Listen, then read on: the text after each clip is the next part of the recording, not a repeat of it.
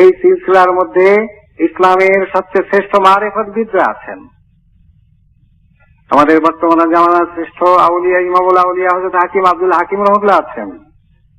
তারপরে দাদা পীর, আমাদের দাদা পীর যিনি ছিলেন এইরকম একজন জামাল হালের বুজুর্গ, এত নম্র, এত কামালিয়ত সম্পন্ন, তিনি আছেন। তার উঠে দেখি মুফতি রিয়াসত আলী খান শাহজাহানপুরী রহমতুল্লাহর মতন আশেক আলেম আরেফ আছেন।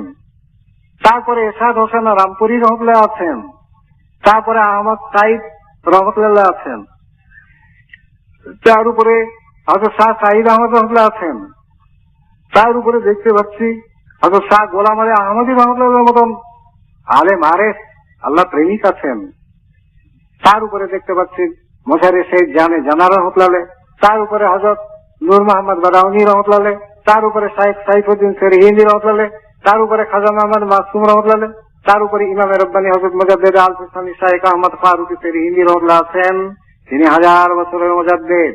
তিনি বলেছেন, আমার পরে যে আমাকে আল্লাহ তাআলা যে ইলম এবং মারিফত দান করেছেন, আমার পরে একজন মাত্র ব্যক্তিত্ব যিনি এই পর্যায়ের ইলম মারিফত সমূহ পাবেন, আর একজন আসবেন কিয়ামত পর্যন্ত, তিনি হচ্ছেন হযরত ইমাম মেহেদী।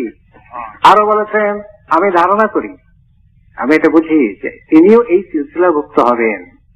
যে সিলসিলার মধ্যে নিসবত সিদ্দিকী অবশ্যই শ্রেষ্ঠ নিসবত, আর শ্রেষ্ঠ মানুষ যিনি হবেন, যার দ্বারা সারা পৃথিবীতে ইসলাম প্রতিষ্ঠিত হবে, সেই ইমাম মেহেদী একদম শ্রেষ্ঠ যে সিলসিলা, তার সঙ্গে তো যুক্ত হওয়ার কথা।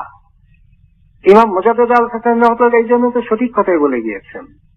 এর উপরে নকশবন্দি খাজা বাকি বিল্লাহ রহমতুল্লাহর মতন বুজুর্গ, এর উপরে খাজা ওবায়দুল্লাহ আহরার রহমতুল্লাহ, হযরত মাওলানা জাহেদ রহমতুল্লাহ, হযরত খাজা মোহাম্মদ দরবেশ রহমতুল্লাহ, খাজা আমকানগি রহমতুল্লাহ, এইভাবে হযরত মাওলানা ইয়াকুব চেরখি রহমতুল্লাহ, আলাউদ্দিন আত্তার রহমতুল্লাহ, ইমাম বাহাউদ্দিন নকশবন্দি মুশকিল কুশা বুখারা রহমতুল্লাহ, আমির কুলাল রহমতুল্লাহ, খাজা বাবা সাম্মাসি রহমতুল্লাহ, আরেফ রেওগাড়ি রহমতুল্লাহ, মাহমুদ ইবনে ফাগলামি রহমতুল্লাহ, হযরত বাইজিদ বুস্তামি রহমতুল্লাহ, হযরত আবুল হাসান খেরকানি রহমতুল্লাহ, এইভাবে হযরত কাসিম ইবনে মুহাম্মদ রহমতুল্লাহ, এইভাবে হযরত সালমান ফারসি রাদিয়াল্লাহু তাআলা আনহু, এইভাবে হযরত সিদ্দিক আকবর রাদিয়াল্লাহু তাআলা আনহু, এইভাবে জনাবে মুহাম্মদুর রাসূলুল্লাহ সাল্লাল্লাহু আলাইহি ওয়াসাল্লাম, এই সোনার সিলসিলা, যে সিলসিলার প্রশংসা হযরত ইমাম রব্বানী মুজাদ্দিদ আল সিস্তানি রহমতুল্লাহ মুক্তবাদ শরীফের পাতায় পাতায় বর্ণনা করেছেন।